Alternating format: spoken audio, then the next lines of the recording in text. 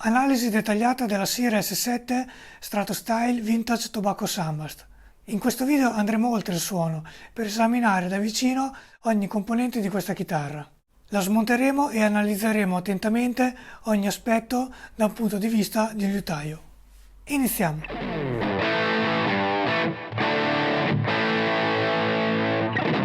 Ciao a tutti, sono Mauro, liutaio della Gaudenzi Guitar.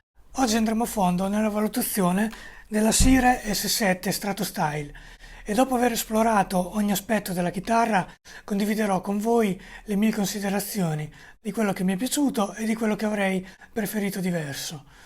Ma prima di cominciare con l'analisi, se vi fa piacere mettete un like ed iscrivetevi al canale per non perdere i prossimi video su recensioni o manutenzione di chitarre. Iniziamo subito con l'analisi. Pesa poco più di 3,5 kg, è il peso giusto per una chitarra con queste caratteristiche. Da seduti è leggermente sbilanciata, sia per il peso del manico, sia per l'appoggio leggermente arretrato rispetto ad altri modelli, ma con la tracolla si indossa perfettamente. I tasti sono piuttosto grandi, come misura siamo al limite tra il medium jumbo e il jumbo. Sono ben posati e non riscontro particolari problemi di allineamento. Sono 22, infatti la tastiera è extended e il diapason è il classico 25/5. Si vede che i tasti sono stati lavorati anche nei bordi, ma nonostante questo, se passiamo la mano si sentono abbastanza.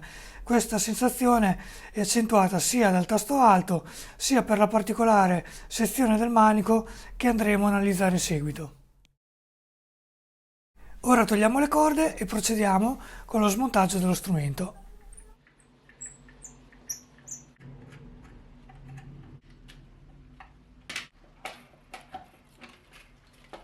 Il legno utilizzato per il body è l'alder, il legno classico della Strato. È diviso in 3 pezzi non proprio centrati con l'asse della chitarra e la venatura è molto figurata. Proprio per questo lo stacco è molto evidente, ma è solo una questione estetica e non strutturale. Probabilmente usano una tecnica per avere meno scarto possibile, giuntando diversi blocchi da 13 cm per poi fresare in serie. Ci sono delle ampie ed eleganti smussature sia sulla pancia del body sia sulla spalla mancante per rendere lo strumento più ergonomico possibile.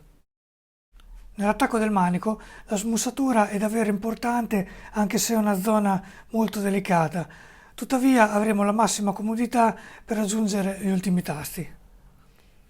Per quanto riguarda la verniciatura abbiamo un bel sunburst a 3 tonalità molto leggero. Il nero è appena accennato nei bordi, segno di cura ed attenzione nella posa della tinta.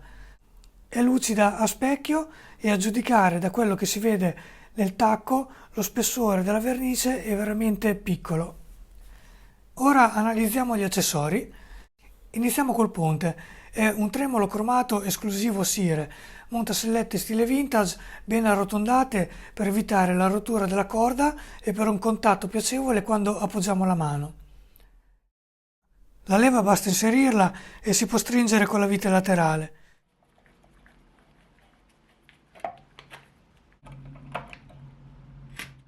Osservandolo da vicino sembrerebbe un buon ponte. La qualità della cromatura e la tenuta alla corrosione dovuta al sudore della mano la si può giudicare nel tempo.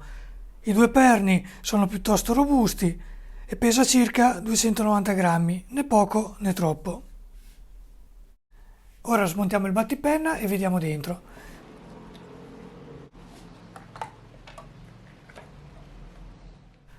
I pick-up sono in Alnico 5 marchiati Sire.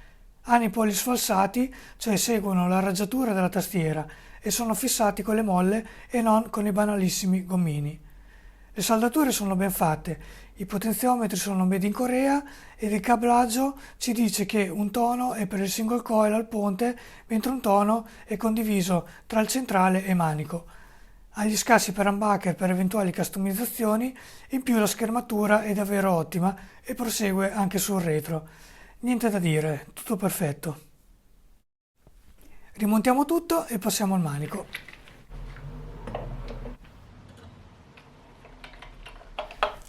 Il legno del manico è acero duro tostato, detto anche caramellato o cotto, è un legno che, per farla breve, ha subito un processo di riscaldamento a temperature di oltre i 160 gradi. Questo processo modifica la struttura del legno cercando di simulare in un certo senso la stagionatura. È più resistente al cambiamento di umidità e temperatura, quindi più stabile. Osservandolo di taglio, la venatura è leggermente inclinata, sarebbe meglio il più orizzontale o verticale possibile. Qui si nota bene che la tastiera e manico sono due pezzi. Osservando invece la fibra lungo il manico, si nota che il taglio non è centralissimo e presenta diverse irregolarità. In condizioni normali potrebbe essere un problema in termini di stabilità, ma in questo caso la tostatura del legno compensa questo difetto. La verniciatura è satinata dietro e lucida davanti per una suonabilità ottima e un look davvero impeccabile. Prendiamo l'archetto del Radius e verifichiamo che è il classico Radius da 9,5. I dot sono in abalone, che a mio avviso sull'acero tostato sono davvero bellissimi. C'è qualche piccola imprecisione nel montaggio, ma ci può stare. La larghezza del capotasto è 42,6, mentre lo spessore al primo tasto è 22, quindi piuttosto spesso. Ora verifichiamo lo shape, proteggiamo come sempre con del nastro. È un bellissimo profilo C, reso ancora più comodo dalla caratteristica chiamata roller days, cioè senza bordo. Qui il bordo è stato stondato tantissimo per avere una presa confortevole al massimo. A questo punto possiamo riassemblare la chitarra ed effettuare un setup, per poi fare le considerazioni finali. La chitarra arriva con un assetto abbastanza corretto, ma se vuoi far esprimere al massimo le sue potenzialità, effettuo un settaggio preciso del capotasto, manico e punte. Il truss rod è doppia azione e sembra avere un buon controllo del manico. Le meccaniche danno una buona sensazione di stabilità, oltretutto sono autobloccanti ed anche sfalsate in altezza. Di più davvero non si può. Per concludere questa recensione della Sire S7 Vintage T6 Tobacco Sunburst, ora riassumiamo i punti chiave emersi. Una caratteristica apprezzabile della Sire S7 è il suo design originale. Non è una copia perfetta di una Stratocaster, ma piuttosto un mix di linee classiche e prestazioni moderne. Questo le conferisce un'identità unica nel suo genere.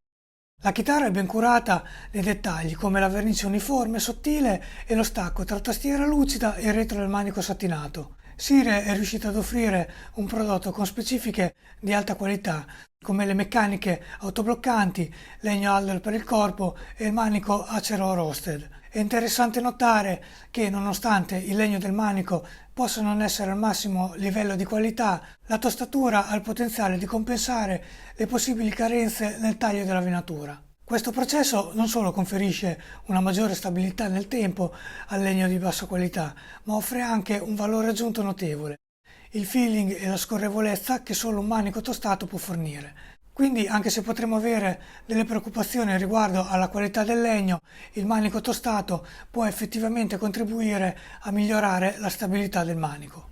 Alcuni dettagli di costruzione, come la smussatura accentuata all'altezza dell'attacco del manico, è una scelta, dal mio punto di vista, forse un po' troppo al limite, ma nel complesso l'ergonomia è studiata per una suonabilità ottimale, il che è importante per i musicisti che desiderano una chitarra comoda e facile da suonare.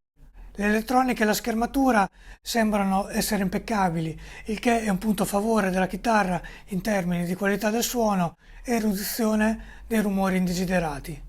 In conclusione, la Sire S7 Vintage TS Tobacco Sunburst è una chitarra che offre una combinazione interessante di specifiche di alta qualità, design originale e dettagli curati. Considerando il costo contenuto della chitarra, comunque è fondamentale valutare attentamente l'effettiva durabilità e le prestazioni a lungo termine, ma per come si presenta la chitarra è davvero ottima. Se poi la farete settare da liutaio professionista, sfrutterete al massimo tutte le sue potenzialità.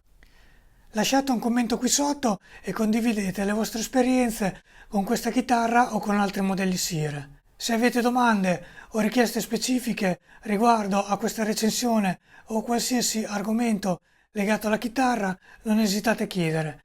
Grazie mille per aver seguito questa recensione e se vi è piaciuta e desiderate vedere altre recensioni o tutorial sulla manutenzione delle chitarre, non dimenticate di mettere un like, condividere e iscrivervi al mio canale per rimanere sempre aggiornati. Un saluto a tutti, ciao!